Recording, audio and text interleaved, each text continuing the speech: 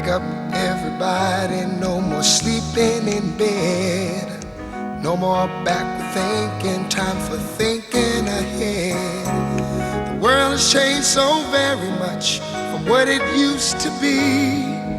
There's so much hatred, war and poverty. Oh. Hello, brothers and sisters. My name is Richard Koritz, and I'm proud to be the co-host of You Gotta Laugh to Keep from Cryin' with my good brother, an old Union brother and good friend, Oliver Wendell Sweeney. Thank you, brother. Thank you. Good to see you today, as always. As always. And we're very pleased to have an No. old friend. Oh, okay, go ahead. We can't go without giving our Oh, sponsors. of course. They just How do. can I? Okay. I mean, You're right. North And Carolina Cryin, Triad Jobs with Justice. The sponsors of You Gotta Laugh to Keep on Cryin', where you can reach us at 336-272-2758. Now you can go ahead. Now, I was so excited to have our old friend, I understand. former state representative. But that's why we work together, so we remind each other Absolutely. when we mess up. That's right. That's right. And but I'm thrilled that we have here with us today our old friend, and more importantly, a friend of the people. Right. Former state representative Earl Jones. And don't forget City Council, 18 years, about 18 Yeah, years. about 18 years. The longest running city council member right. in the history of Greensboro, North Carolina, if I remember correctly. Right. And see, you should have had me as your campaign manager. But anyway, A coach campaign, man. I can always use that's right. 3 or 4. additional body in the streets. Okay. Absolutely, I'm your man. And of course, Earl is the founding one of the 3 founders of the International Civil Rights Center and Museum at the old historic Woolworths building. He was one of the main people that saved that historic building for the future of our youth to learn all about the legacy of struggle that unfortunately today we're going to have to really learn well and apply it. So it's great to be here with you, Brother Jones. And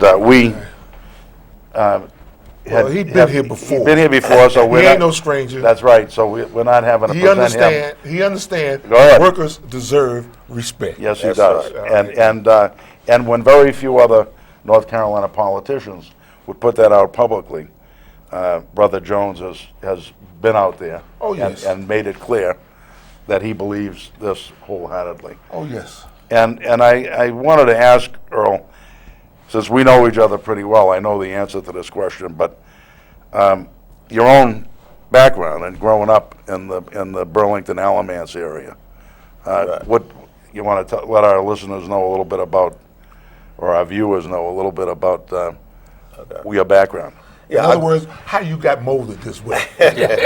Well, first of all, I probably got molded a little bit before I was born. My great granddaddy, James Westbrook, founded Mill Hill Baptist Church in Person County. But I was raised in Burlington, or Alamance County, North Carolina. That's Burlington. And when I say Alamance County, I'm talking about out in the rural area. I understand. Way out in the rural area. And my parents, my mother worked for Burlington Industry in the plant, and my father worked for Cone Mill and retired from Cone Mill in the plant down at Hall River. So I grew up, I attended segregated schools, graduated from Central High School in 1967, which was an all-black high school. And then I went to North Carolina Central University, received my BA degree in political science, sociology, with a minor in history from North Carolina Central University. I got accepted at Texas Southern University Law School, Ford Grant, That was thanks to the civil rights movement that they had Ford grants in those days. Yeah. And I graduated from, received my law degree from Texas Southern University School of Law, now it's Thurgood Marshall School of Law at Texas Southern University in Houston in 1976. My wife is from Greensboro, by the way. Adrienne, and she and I came back to North Carolina. I got married my second year in law school, and she traveled with me back to Houston that second year. But I got out of law school. I got a job with at that time was the Legal Aid Foundation, and in High Point, they had an office in High Point in Greensboro. I was assigned to the High Point office, and there, Legal Aid was a organization. It's Central Carolina Legal Services today, where you help poor people who can't afford a lawyer. And I pretty much handled Social Security cases, domestic cases, separation agreements, just a whole number of cases. But it was all free, and it was funded by the federal government. And then I ran the offender aid and restoration program for about 3 years. That was from 81 to around 85. What is that called? Offender aid and restoration. That was a nonprofit program that help ex-offenders when they get out of jail to make sure they become self-sufficient, get jobs. We provided temporary housing, temporary food, whatever it took to make sure that ex-offenders would not repeat that crime and stay out of trouble and get a good and decent job. At that time, they had a tax credit, federal tax credit.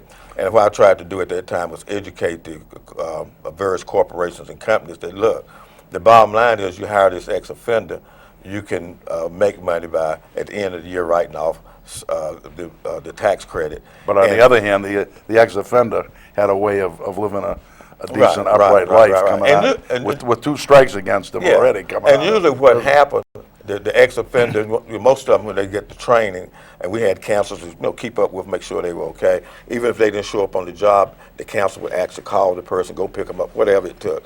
And most of those guys and ladies ended up, even today, are working and earning a good living and doing pretty well, and some of them are retired. Yeah. Then I ran for city council in 1983, but there's a story to that. In 1981, in Greensboro had 3 African Americans. We had an at-large system. At-large meaning that blacks really couldn't get elected to city council. So in 1981, we had 3 blacks that made it through the primary. They were Dr. Katie Dorsett, Alexander Parker, and the late Reverend Prince Graves.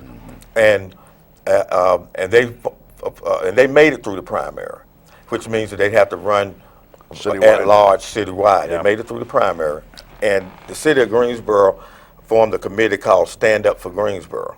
And as a result of that, in that November general election, an all-white city council was elected. I was a member of the NAACP at that time, and I'll never forget it. Dr. Simpkins and I were at Katie Dorsett's reception that evening, and I said, hey, look, we need to file a complaint with the Justice Department, put all of the wheels in place to sue the city to establish a district system under the Voting Rights Act where blacks could get elected to city council. And of course, you know the rest of the history. That did happen. I was the first black African American, and Katie Dorsett and I were the first African Americans to be elected under the district system in 1983. Right. Now, prior to that, I think this is important too, Rich, is that how I got into politics. But before you do that, before you get into that, it's worth our viewers knowing that Katie Dorsett ended up, as she advanced in her political career from there, she ended up being the first black cabinet officer in the history of North Carolina. State government. Right, and and she was also a state senator at the time. I was a state representative, so we've been working together for years. But I missed one point in this real critical, crucial point I need to make in the history regarding me. The reason I'm in politics and being an activist really started on November 3rd, 1979, when the Ku Klux Klan came to Greensboro and killed 5 people. I want to correct you that they was already here. They didn't come here. Well, I just want to correct you that they was already here. Right, and you're right about that. But anyway, and so I attended my first NAACP. Like I said, I was a lawyer with Central Carolina Legal Services, which was legal aid at the time.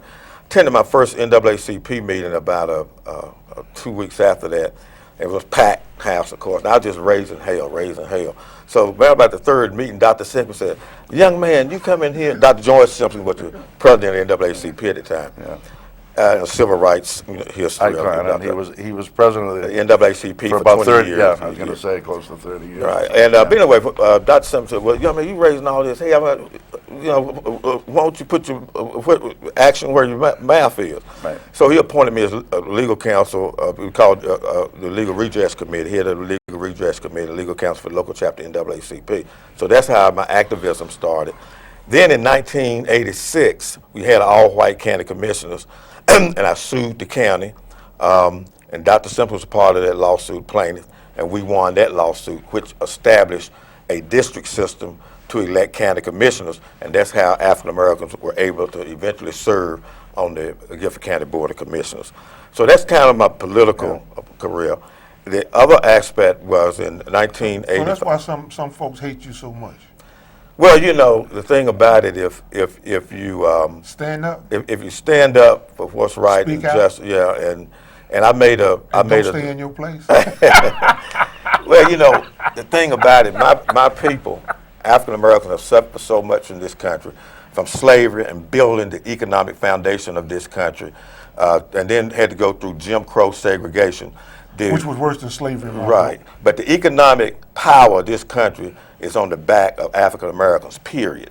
You give me a man for 30 years and he worked free for me, and I take in all his money and just basically provide him with basic living. Not basic even. Bare. But my point is this. Sleeping on a dirt floor. My point is not high standard living there. Is that some of us that came out of the 1960s civil rights movement when I was in college in 1960 at North Carolina Central University, some of us became committed to making sure that we were willing to sacrifice our life, income, or whatever to make sure that African Americans would be fairly treated in this country that we built.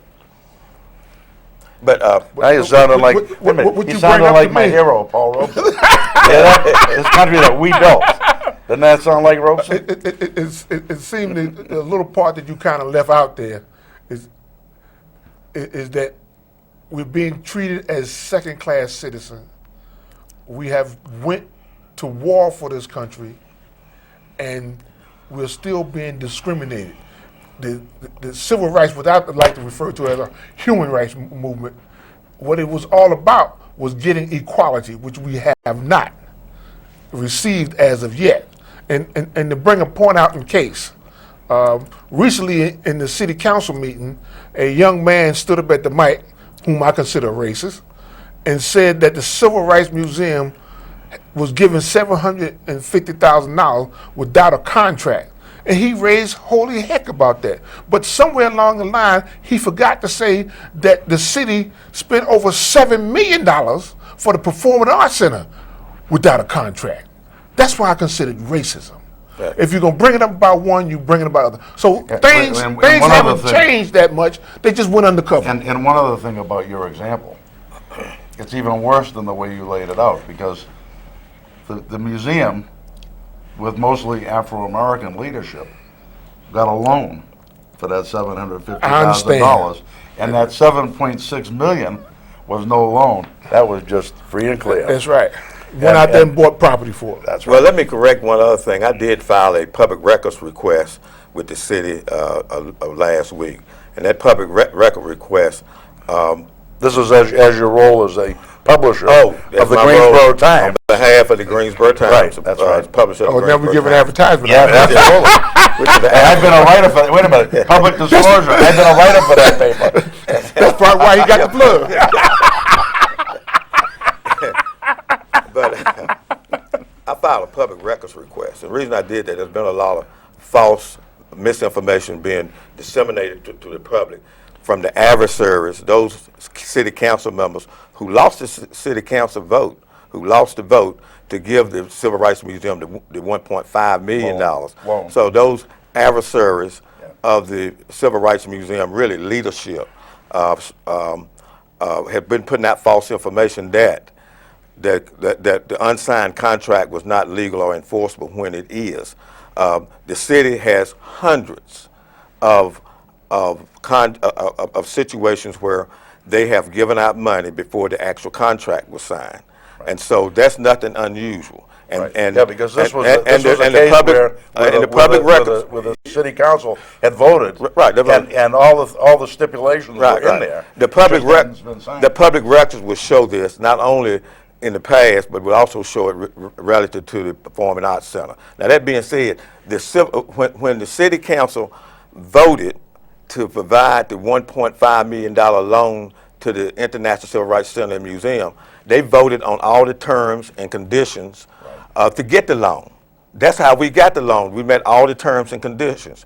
Just to sign that paper. Well, say that, but that's not unusual for the city. That's my whole point. That's why I made the public records request. But that was designed to disseminate misinformation in the public, to plant a false story to the newspaper to undermine the credibility of the Civil Rights Museum leadership, and board and leadership. That's what it was designed to do. The second thing it was designed to do is that we got the first money was $750,000, and then another $500,000 is due July 1st. So the misinformation and smear campaign and the harassment and bullying is designed to give the public a false impression that there's not an enforceable contract, a false impression that all the information that they asked for here recently, they had asked for before they voted to give the $1.5 million loan, which was back in September of 2013. Yeah, the mistaken impression is that the council had not been given that information prior to the vote, when the fact is that the council did have that information prior to the vote. And unfortunately, when I say we, the Civil Rights Museum, the majority of the people who on the board, decided to answer the questions again. I said it was a strategic mistake because it gives the public a false impression, providing false information to the public, because all those questions were answered as a condition back in September of last year of the Civil Rights Museum, for the Civil Rights Museum to get the loan before the vote. Okay? So the whole thing is really let's say there's one last part. The whole thing is really a stunt. Yeah, let me say there's one last thing. Yeah. And the whole purpose of disseminating this misinformation is to inflame the passions of the general citizens who don't have the accurate information. And what that does, it makes it a political liability for some of the city council members to vote on a legal enforceable contract as far as the $500,000 that's due on July 1st. So that's what is the motive was designed to do, and it's being orchestrated not by the majority of the council, but I guess some of them are buying into it, but by those adversaries that were against support for the Civil Rights Museum in the first place. And those adversaries on the city council. And by some of the powers that be in the city. That's true. Who were adversaries of giving the Afro-American people their civil rights or their human rights, as O.W. said. And I just want to break it down a little closer than that. Go ahead. Those adversaries of Earl Jones and Melvin Skip Austin, who lie to come behind because they've been so outspoken from a black point of view. And like I said, you're not supposed to stand up. You're supposed to shut up. Okay? And when you stand up and speak up for your rights, people feel that you have overstepped your boundary. Well, you know, traditionally, when you have strong African-American leadership to stand up for justice and equal rights for African-American people, and any group of people that are oppressed, that's why I want to correct you. You just don't stand up for, you stand up for the people, not just African-American, black people. You stand up for all the people. Especially you stand up for working people as well as the Afro-American people. But my point is that at one point, they would lynch us. Another point, they would assassinate, put a bullet through your head, like Martin Luther King and Malcolm X. And then now, it's the poison of the pen. It's how they try to discredit you and kill you by putting out false and misinformation, inflame the public. If everything was accurate in the news media, on TV, and in the newspaper, that those false stories regarding the civil rights, if I was an average citizen, I would be inflamed and incensed as well. And that's what it's designed to do, that misinformation and smear campaign. I consider myself an average citizen, and I consider most of that stuff is I'm breaking it right down. It's just coming from a racist point of view. And it's not that hard for me to see it. I mean, you can't do one thing for this here side, and when the other side come over to do it, you're going to put different stipulations on it. That's what racism is, to treat somebody else different. And they need to understand that. Because the city attorney resigned under the fact that he said it was all right to give that $750,000 to the Civil Rights Center and Museum without a contract. You just sit here and said that this is not the first time this has happened. It happened many of times. It's the normal process. It's norm, except for, as Curtis, to use Curtis Mayfield, we people who are darker than blue. Okay, now all of a sudden they want to change the subject and make a big issue out of it. Yeah. Let me be. So therefore, I feel that if you voted, if you voted to have to give the vote for that $7 million to buy the land for the Performing Arts Center, the city attorney retired, then I think you should follow his suit, follow his fine example, because I don't think he should have retired myself. Well, let's be very clear about it. Resigned, excuse me, not retired. Every city employee, I was a city council member for 18 years. The city employees, from my experience, are excellent. They hold the public trust well, but they work for the city council. I understand. And if you have a few bad city council members, sometimes they influence. The bottom line is that the city attorney was doing his job, protecting the city, holding the public trust, and he provided the accurate information regarding the unsigned contract, that it was legal and enforceable because of all the elements of the contract had been met, including the meeting of the minds of all the parties and part performance. And nowhere down the line did the Civil Rights Center and Museum deny that they owed the city that money. They never said, well, no, we don't own that money. The only thing I ever heard from will stand by the agreement. That's the only thing I ever said. And that's exactly right. So therefore, it should not even been an issue that brought up. But like I said, that one citizen, whom I consider racist, for coming in and bringing that statement up, excited the whole city. And I was sitting right there and listening to him. But I'm sitting around waiting to see what people going to say about that $7 million spent on the Performing Arts Center. Over $7 million. But the fact of the matter is, O.W., that it's not the one citizen, because if the one citizen wasn't backed by significant forces among the powerful, then that would have been the end of it. I understand that. He would have just been seen for what he was. I understand that. I understand that. Yeah. But everybody got to have a pinhead, because that was nothing new when it brought up to the city council when he brought it up. It was there before. Right. So I'm gonna put the blame on him and let people squeeze him. Maybe he'll tell who put him up to it. Well, the person that people should squeeze are those city council members that are adversaries of the Civil Rights Museum and leadership, that are trying to discredit the board and the leadership, distorting the merits of the museum. The Civil Rights Museum, first of all, let me dispel another myth that's been put out there, another big lie has been put out there. The Civil Rights Museum has not only been successful, it has been extremely successful. First of all, we were successful in buying the building and renovating the building, and it's one of the best complexes in downtown. We have 60,000 citizens that have come last year. Annually, there's 60,000 tourists that come to Greensboro to visit that museum. That generates millions of dollars.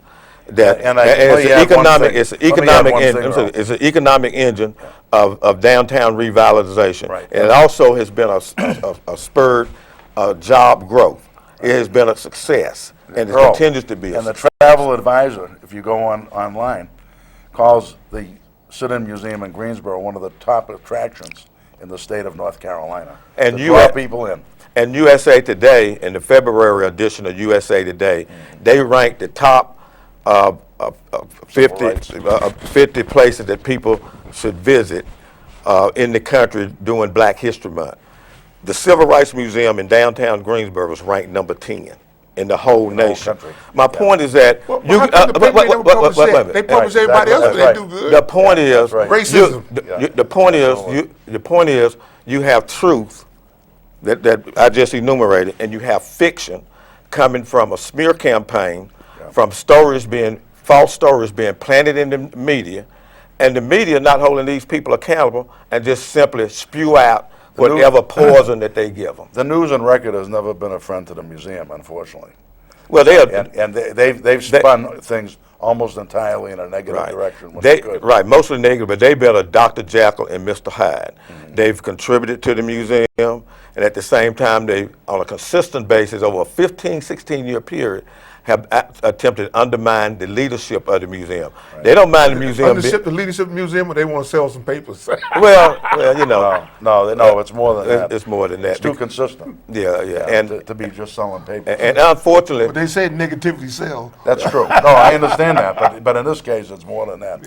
Yeah. We were going to try to discuss one other issue Okay. while you were here, and that was Governor McCrory's hatcheting the rights of 600,000 voters in the 12th congressional district around, and another old friend of ours, Alma Adams, is definitely the outstanding candidate in that race, and she's the only one that's shown outrage at the fact that this governor is denying the people the right to have a voice in Congress for half of the term. So I thought you might want to weigh in on McCrory's role or what's going on with the 12th district. As you know, Representative Mel Watt was appointed by President Barack Obama to the Housing Finance Agency. So that left that seat, that 12th congressional seat, vacant, right. Which means that it meant that people could run to fill that vacancy. Right. And normally what happens is you have a process that takes 60 to 80 days, so people won't be left without representation. But just as the pattern of the present North Carolina General Assembly of gutting voting rights in North Carolina, they've done it for the Afro-Americans, for the elderly. Right, and so what has happened is that Governor McCrory has decided that this seat would be vacant until, actually, for 9 months, past November. Actually, it's for 11 months. It's like six. Whoever is elected will be voted on at the same time as the person who's going to be elected for the next 2-year term. So the black seat that was gerrymandered for black people to have voting rights act. That seat will be empty, and this black voting district will have no voice in Congress. Well, it's all of the citizens presently that reside in the 12th congressional district, which covers Greensboro, High Point, and Winston-Salem, is being subjected to taxation without representation. They have no vote in Congress right now, and that's an outrage. It's anti-democratic, and it's just appalling. And it's anti-black. Right. Because of the structure of the district. Earl, it's been a great pleasure, as always. I have to have you back. Time is. I have some other.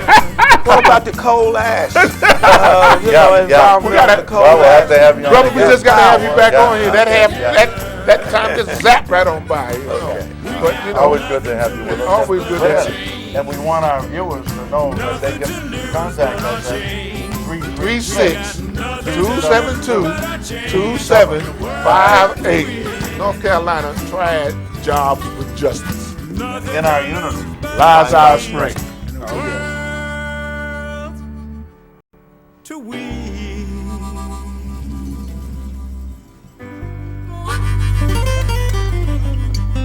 We'll have to have you back on. Yeah, because the time flew.